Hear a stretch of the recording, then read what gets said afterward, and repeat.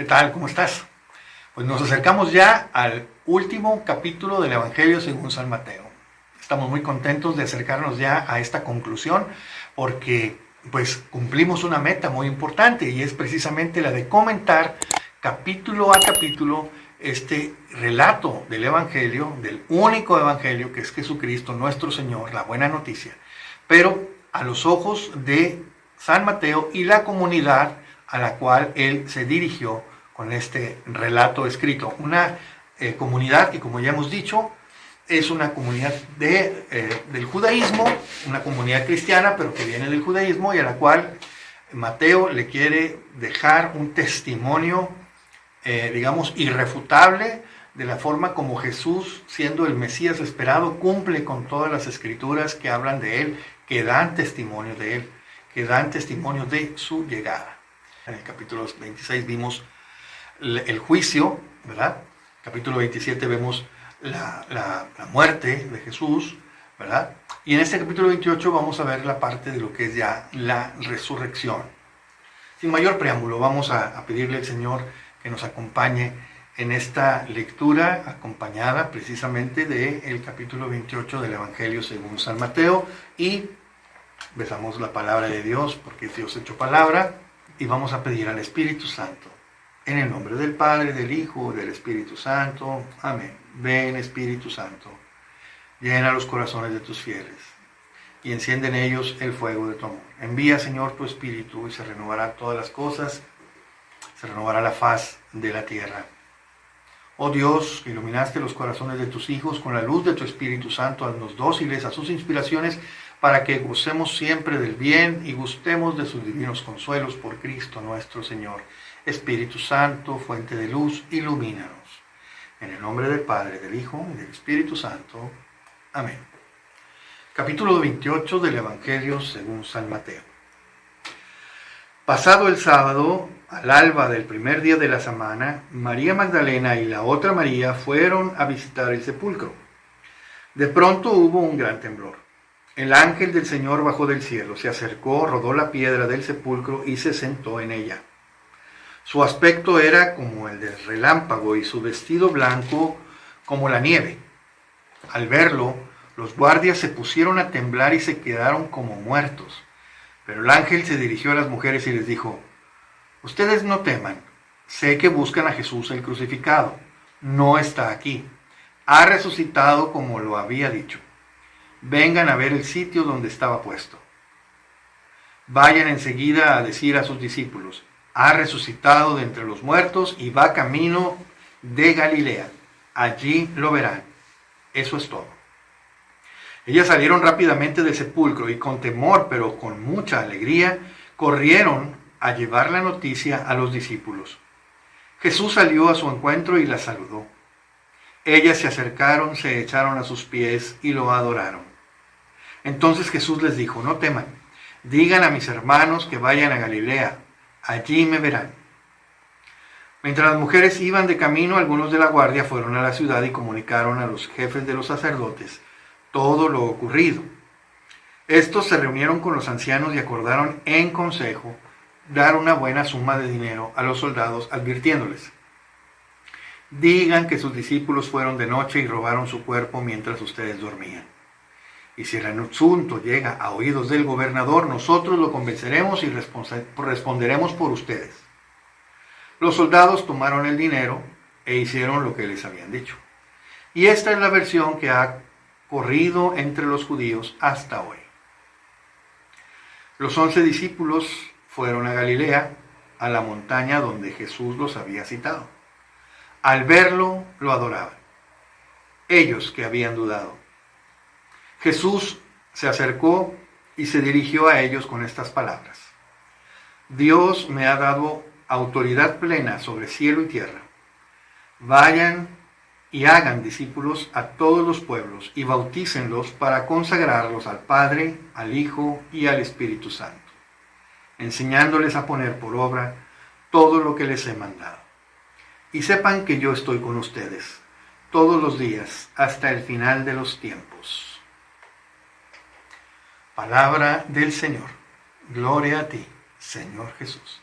Vamos ahora a hacer este comentario al capítulo 28 de San Mateo, el capítulo final de este relato, que es realmente breve, pero que deja muchas enseñanzas muy importantes para nuestra fe, diría yo. Primero que nada, bueno, pues narra el momento de la resurrección, ¿verdad? Y esta resurrección que sucede a la vista propiamente de los soldados y de las mujeres que van muy temprano, muy de madrugada, al sepulcro, a terminar de embalsamar y de, digamos, hacer todo este ritual de preparación del cuerpo de los difuntos para dejarlos finalmente en el sepulcro, ¿no? Y entonces nos dice aquí, pasado el sábado, el primer día de la semana, es decir, el domingo, digo, lo que pasó a ser el domingo, ¿no? El Dies Domenica, el día del Señor, por eso se llama así, domingo. María Magdalena y la otra María, que ya nos quedó claro que la otra María era la madre de Santiago y de José, ¿verdad? La madre de Santiago y de José.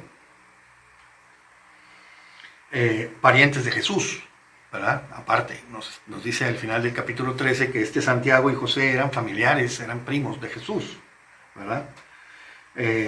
Y bien, dice la otra María, fueron a visitar el sepulcro. De pronto hubo un gran temblor.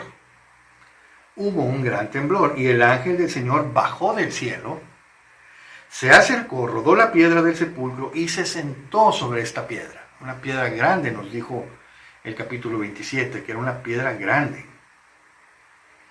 Su aspecto era como el del relámpago, o sea, muy blanco, muy claro. Y su vestido blanco como la nieve. Al verlo, los guardias se pusieron a temblar y quedaron como muertos. Nos está diciendo aquí que los soldados romanos, la guardia, fueron testigos de esta aparición del ángel del Señor que baja y rueda la piedra.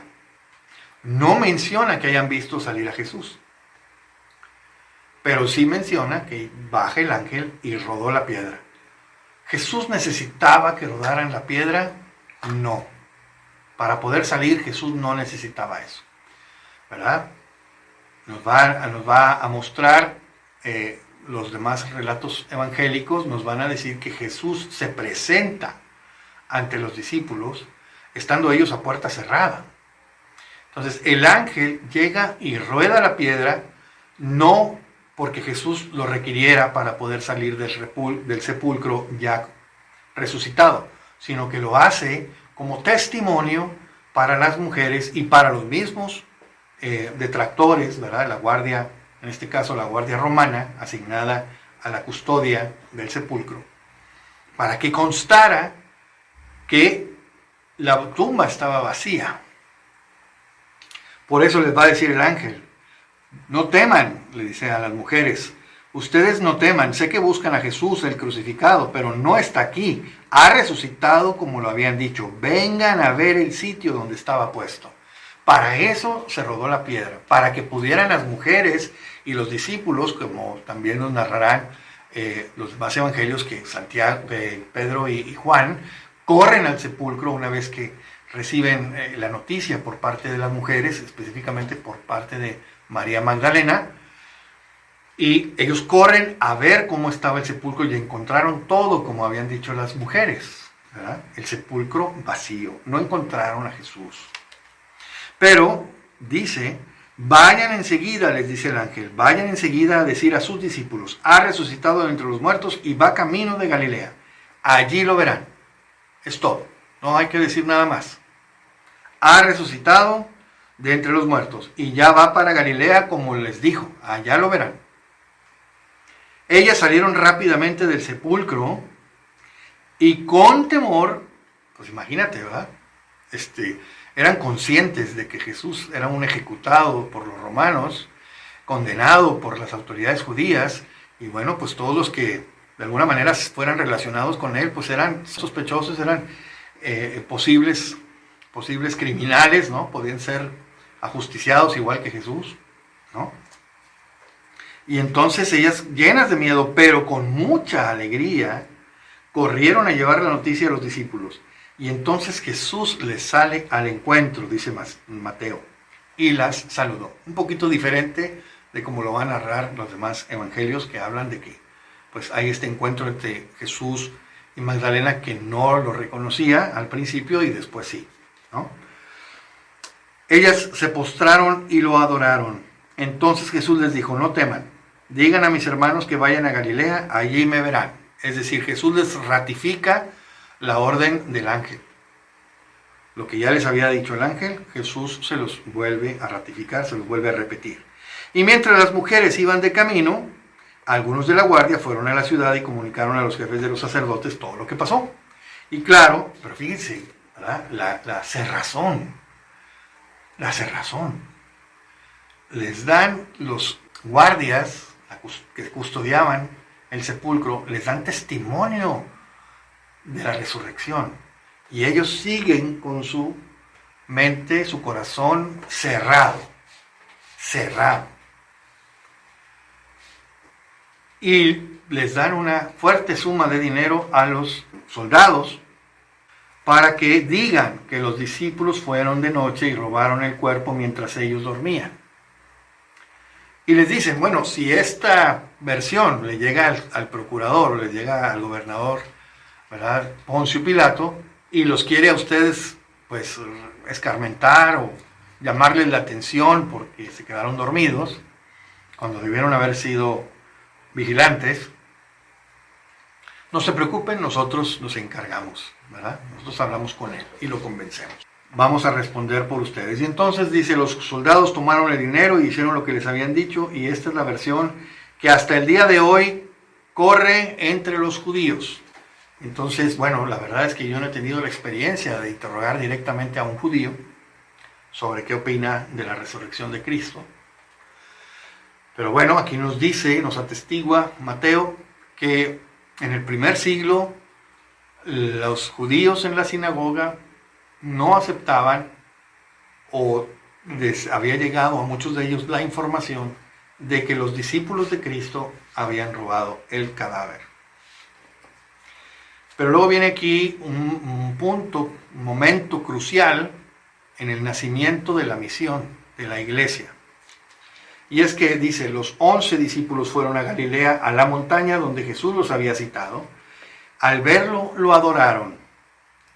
Ellos que habían dudado, es decir, por alguna razón, ¿verdad?, lo habían abandonado. Y era precisamente estas dudas, este miedo, este pavor a que los mataran. En otras traducciones dice, aunque algunos titubeaban, ¿verdad?, se postraron aunque algunos titubeaban, ¿sí? Y yo siento que algunos titubeaban nos recuerda un poquito también lo que se dice, ¿no?, de la rebelión angélica en el cielo. Cuando Jesús encarnado como proyecto es mostrado, como plan de Dios es mostrado ante las huestes angélicas, y lo dice el Salmo, adórenlo todos los ángeles de Dios. Pero parte de los ángeles, un tercio de los ángeles, nos dice el libro del Apocalipsis, un tercio de los ángeles no quisieron arrodillarse, dudaron, no quisieron aceptar el adorar a Jesús hecho hombre, no quisieron aceptar el plan de Dios y se rebelaron. Entonces, aquí nos dice, en algunas traducciones dice, aunque algunos dudaban. Todos se postraron, aunque algunos dudaban. Aquí dice, se postraron, lo adoraron, ellos que habían dudado. Como diciendo, al adorarlo ya ninguno dudaba. Sin embargo, otras traducciones lo dejan abierto a que algunos titubeaban. Y esto es un poquito lo que también nos habla de la iglesia. En la misma iglesia hay gente, hay lamentablemente, ¿verdad?, consagrados y también laicos, pero sobre todo los consagrados, los que han dado su vida, digamos, han entregado su vida por esta fe de una manera especial, han sentido el llamado de Cristo y habiéndolo hecho, dudan o cambian su fe, cambian su manera de entender la Sagrada Escritura, la manera de entender la verdad revelada, y se convierten en portadores de mentira, en portadores de falsas enseñanzas. Y Jesús lo dijo: van a venir algunos usurpando mi nombre, van a venir otros que les van a tratar de engañar. Y yo siento que aquí están prefigurados ellos, ¿no? O sea, entre los mismos discípulos que de pronto dudaban. Ciertamente sabemos por la tradición que finalmente los 11, incluido, los 12, ya con Matías, todos dieron la vida por el Señor, todos, ¿verdad? Pero ciertamente estos momentos de duda que a veces pueden asaltar a los creyentes son, digamos, normales o son esperables, ¿verdad? Y bueno, los milagros eucarísticos y tantos otros portentos que Dios ha hecho precisamente son para, como le dijo Jesús a Tomás, no seas incrédulo, sé creyente, cree. Claro, tú crees porque me has visto, dichosos los que crean sin haber visto. Y ahí viene una bendición para los que no hemos atestiguado ningún milagro eucarístico, ninguna cosa así portentosa, fuera de lo que el Señor ha hecho en nuestras vidas, ciertamente, que para nosotros, cada quien en lo individual podría decir: no, el Señor ha hecho portentos en mi vida, como dijo María, porque el Todopoderoso ha hecho grandes obras en mí. Bueno, igual podemos decir muchos, si no es que todos. Y Dios ha hecho grandes obras en mi vida, por eso yo no puedo negarlo. Sin embargo, puede haber momentos de duda, puede haber momentos en los que, como Pedro, vemos la fuerza de las aguas, del viento, y nos entra el temor y nos empezamos a hundir, pero debemos ser como Pedro, estirar la mano al Señor y decir: Señor, sálvame, y el Señor nos salvará.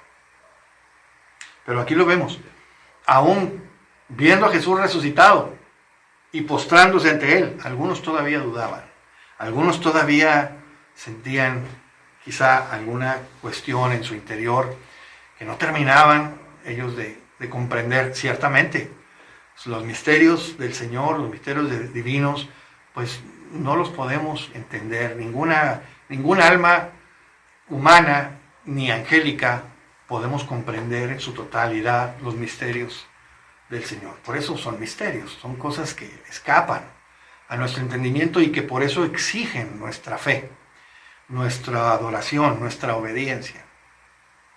Y bien, después de este momento en que lo adoran, Jesús les dice: se me ha dado toda autoridad sobre el cielo y la tierra. Vayan y hagan discípulos a todos los pueblos y bautícenlos para consagrarlos al Padre, al Hijo y al Espíritu Santo. Fíjense, vayan y hagan discípulos a todos los pueblos. Aquí está un envío universal, un envío católico, porque solamente hay una iglesia a la que Dios nos invita a pertenecer, a la comunidad única de los creyentes. Como dirá San Pablo en la carta a los Efesios: una sola fe, un solo Padre, un solo Señor, un solo bautismo, y aquí diríamos un solo pan de vida, el pan de eucarístico, que se consagra en la única iglesia, con el único grupo de creyentes a quien Jesús les confirió este poder del cual habla también San Pablo. Somos nosotros administradores de los misterios de Dios. Misterio es una palabra griega que en latín es sacramentum, mysterium, sacramentum, que significan lo mismo. Es una acción de Dios, una acción que hace Dios a través de los gestos del sacerdote, a través de los gestos del hombre enviado por él, del profeta, ¿no? Y que también nos dice la segunda carta a los Corintios, el capítulo 5, donde dice: nosotros somos embajadores del poder de Dios, y a través de nosotros, al hablarles, es Dios hablándoles a ustedes. Déjense reconciliar con Dios, déjense perdonar los pecados, porque los únicos que pueden hacer este perdón de los pecados es aquellos sobre quienes Dios ha soplado y les ha dicho: reciban al Espíritu Santo, y a quienes le perdonen los pecados les quedan perdonados, y a quienes no se los perdonen les quedan sin perdonar. Pues bien, los envía a todos los pueblos y les dice: bautícenlos para consagrarlos. Es decir, El bautismo nos consagra, nos hace pertenencia, nos hace propiedad del Padre, el Hijo y el Espíritu Santo. Somos propiedad de Dios por el bautismo. Y somos convertidos en templos del Espíritu Santo. Por el bautismo, el Espíritu, como en el relato que vimos, en el capítulo 3, ¿verdad? Del bautismo del Señor, se abren los cielos, baja el Espíritu Santo a nosotros y se oye la voz de Dios que atestigua: este es mi Hijo amado, en quien tengo mis complacencias. Escúchenlo. Bueno, y esto mismo se repetirá en el Tabor, en la Transfiguración. Y bueno, para eso es el bautismo, para hacernos templos del Espíritu Santo, para hacernos propiedad de Dios. Hemos sido comprados para Dios con el precio de la sangre, el derramamiento de la sangre de nuestro Señor Jesucristo, su cuerpo y su sangre, la ofrenda de su cuerpo y de su sangre que nos santifica, dirá la carta a los Hebreos. Y todavía dice Jesús: enséñenles a poner por obra todo lo que les he mandado. ¿Y qué es todo lo que Jesús mandó? Esa sería la pregunta, ¿no? ¿Qué es todo lo que Jesús mandó?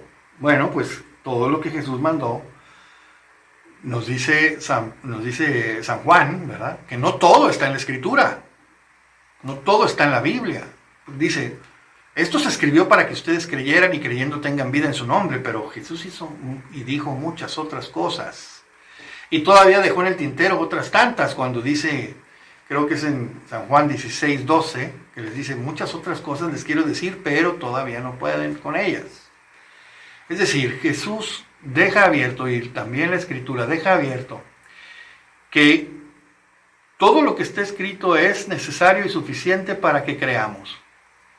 Y para que creyendo tengamos vida en su nombre. Pero no es todo lo que Jesús hizo y enseñó. ¿Dónde está esa plenitud? Bueno, pues está en la Sagrada Escritura, que es lo que quedó escrito de la tradición. Pero también hay una tradición oral, de la cual nos habla la carta a los tesalonicenses, ¿verdad? Guarden todas las tradiciones que han recibido de nosotros, de viva voz o por carta, ¿verdad? Entonces, ahí está, la tradición, no las tradiciones humanas, costumbres humanas, no. Lo que el Señor Jesucristo hizo y dijo, y que fue transmitiéndose desde los apóstoles a las diferentes comunidades. Los apóstoles y los discípulos, porque ciertamente los discípulos del Señor eran más que los apóstoles, o sea, era más número, y muchos, sin ser parte de los 12, ¿verdad?, a los cuales pasó a formar Matías, en sustitución de Judas, pero había muchos otros. Estaba Bernabé, estaba Ananías, estaban otros que estaban entre los discípulos, ¿verdad? Clemente, Lino, Cleto, todos esos que se mencionan en las cartas de Pablo y de Pedro, y que bueno, pues fueron después los sucesores, inclusive algunos de ellos de Pedro, ¿no? Después de San Pedro, pues el primer sucesor fue Lino, después Cleto o Anacleto, y el tercero fue Clemente de Roma. Y así tenemos que todo ese testimonio de esos primeros discípulos, y que nos llegan a nosotros a través de una tradición oral, parte de ellas atestiguada en los escritos, precisamente de San Clemente Romano, de San Ignacio de Antioquía, San Policarpo, y todos los directos discípulos de los apóstoles, son parte de esta verdad que nos salva, de estas enseñanzas de Cristo. Y entonces, por eso va a decir San Pablo, es la iglesia, no la Biblia, es la iglesia la que es columna y fundamento de la verdad que debemos conocer, guardar, custodiar, obedecer, vivir.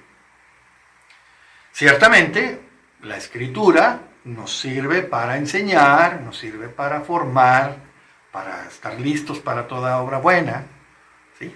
Ciertamente. ¿Por qué? Porque la Sagrada Escritura es parte de la tradición. Pero es una parte de la tradición que quedó escrita. La otra parte, esta quedó escrita y digamos es referenciada a los apóstoles. Pero hay otros escritos de quienes no fueron apóstoles, pero sí fueron discípulos desde los primeros días. Sí son de los primeros discípulos. Y también escribieron y también hicieron sus cartas y tal. Entonces, tenemos que buscar esta tradición. ¿Dónde está esta tradición? ¿A dónde podemos acudir para verla? Bueno, de manera, digamos, inequívoca, en el catecismo. En el catecismo. El catecismo recoge, dentro de lo que es el magisterio de la Iglesia, recoge toda la tradición oral y escrita y nos la presenta de manera ordenada para que la creamos, para que la recibamos, la conozcamos, para que la honremos, la hagamos vida y de esa manera obedezcamos el mandato de Dios. Este mandato precisamente, enséñenles a guardar y poner por obra todo lo que yo les he mandado. ¿Dónde está todo lo que Jesús ha mandado? En el catecismo, ¿verdad? En el Concilio de Trento también se señala otra fuente importante de la tradición no bíblica, digamos, no presente totalmente en la Biblia, y es la Suma Teológica de Santo Tomás de Aquino. Santo Tomás de Aquino, con todo su movimiento de la escolástica, él recoge pues todo lo que son las verdades reveladas por Dios y las explica él, las trata de racionalizar y en este sentido pues las acerca a nosotros para que las podamos obtener, digamos, arropar más fácilmente. Pero ciertamente, bueno, pues es una opción que tenemos. Hay tantas escritos de los doctores de la Iglesia. Ahí vemos la tradición oral, ya puesta por escrito. Ahí tenemos muchas enseñanzas que la misma Iglesia atestigua. Este es todo un doctor. ¿Qué es un doctor de la Iglesia? O doctora de la Iglesia, hombre o mujer. Es alguien que ha entendido la doctrina de Jesús y nos la explica de manera que la podamos entender. Ha recibido de parte de Dios un don especial para poder enseñar. Por eso es doctor. Para poder enseñar. Para poder darnos a conocer lo que debemos guardar. Y esto es a lo que se refiere aquí Jesús en el versículo 20. Enséñenles a poner por obra todo lo que les he mandado. En donde podemos ver la vastedad, todo, digamos, a la mayor amplitud posible y a nuestro alcance, todas las enseñanzas de Jesús en la Sagrada Escritura, en el Catecismo y en los escritos de los doctores y doctoras de la Iglesia. Tanto doctores de la Iglesia de Occidente como de la Iglesia de Oriente, porque ciertamente la Iglesia Católica también reconoce el don dado a los doctores llamados de la Iglesia Oriental. Pues bien, y luego hace esta promesa: sepan que yo estoy con ustedes todos los días hasta el fin del mundo. Aquí dice hasta el fin de los tiempos. Hay que tener cuidado, porque ciertamente se hace una diferencia entre fin de los tiempos y fin del mundo. Jesús habla aquí, en otras traducciones dicen hasta el fin de la historia, es decir, hasta el fin del mundo, hasta el fin de lo temporal, hasta que el final del tiempo, no el final de los tiempos, como habla Jesús o San Pablo de los momentos en los que vendrá esta persecución, vendrán estos momentos difíciles para la iglesia y tal. Bueno, eso es el final de los tiempos. Pero el fin del mundo es el momento en el que Dios hace corte de caja y dice hasta aquí, ¿verdad? Y es a ese momento al que se refiere Jesús aquí. Yo estoy todos los días con ustedes hasta el fin de este mundo. ¿Y cómo es esto? No solamente de una manera espiritual, etérea, que no podemos percibir, no. La más importante es, y el mayor de los testimonios, es la Eucaristía. Jesús está todos los días haciéndose presente en nuestras vidas a través de la Eucaristía. Por eso es tan importante. Y tan importante la enseñanza de Jesús sobre recibirlo diariamente, que Él lo pone en el Padre Nuestro. Que recordemos que las enseñanzas de Jesús son principalmente de corte espiritual, para la vida eterna. Y entonces Jesús dice en el Padre Nuestro: danos hoy nuestro pan de cada día. ¿A qué pan se refiere? Al pan de la Eucaristía, que es Él mismo, el pan que nos da vida.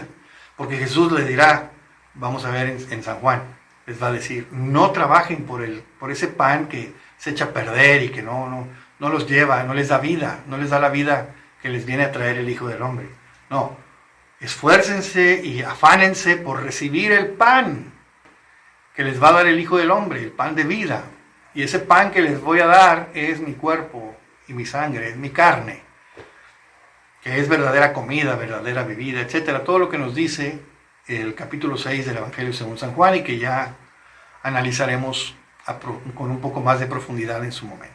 Pues bien, hasta aquí el capítulo 28 del comentario al capítulo 28 del Evangelio según San Mateo. Jesucristo está con nosotros todos los días hasta el fin del mundo a través de los sacramentos, a través de la vida de la gracia, a través de la oración, el ayuno y todas estas prácticas ascéticas, ¿verdad? Para encontrarnos con Dios. Jesús está presente con nosotros de manera real, de manera física, en cada sagrario, en cada hostia consagrada. El Señor se nos da para alimentarnos y darnos la vida eterna. Gracias, Padre Celestial, por este capítulo 28, por esta enseñanza, por este Evangelio según San Mateo, que nos muestra a Jesús, nuestro Maestro. Porque Jesús es el verdadero Moisés, es el verdadero Maestro de la ley, el verdadero profeta que nos viene a enseñar tu palabra, porque Él es la palabra misma. Gracias, Padre Celestial, por este Evangelio según San Mateo. Concédenos la gracia de poder asimilar toda esta enseñanza, volver la vida y dar un testimonio creíble de tu amor, de tu presencia en nuestras vidas, tu presencia en el mundo, como lo dices aquí, tu presencia todos los días hasta el fin del mundo. Gracias, Padre Celestial, por tu amor. Concédenos, Señor, las gracias que necesitamos para mantenernos fieles y ser testigos verdaderos. Por Cristo nuestro Señor. Amén. En el nombre del Padre, y del Hijo, y del Espíritu Santo. Amén.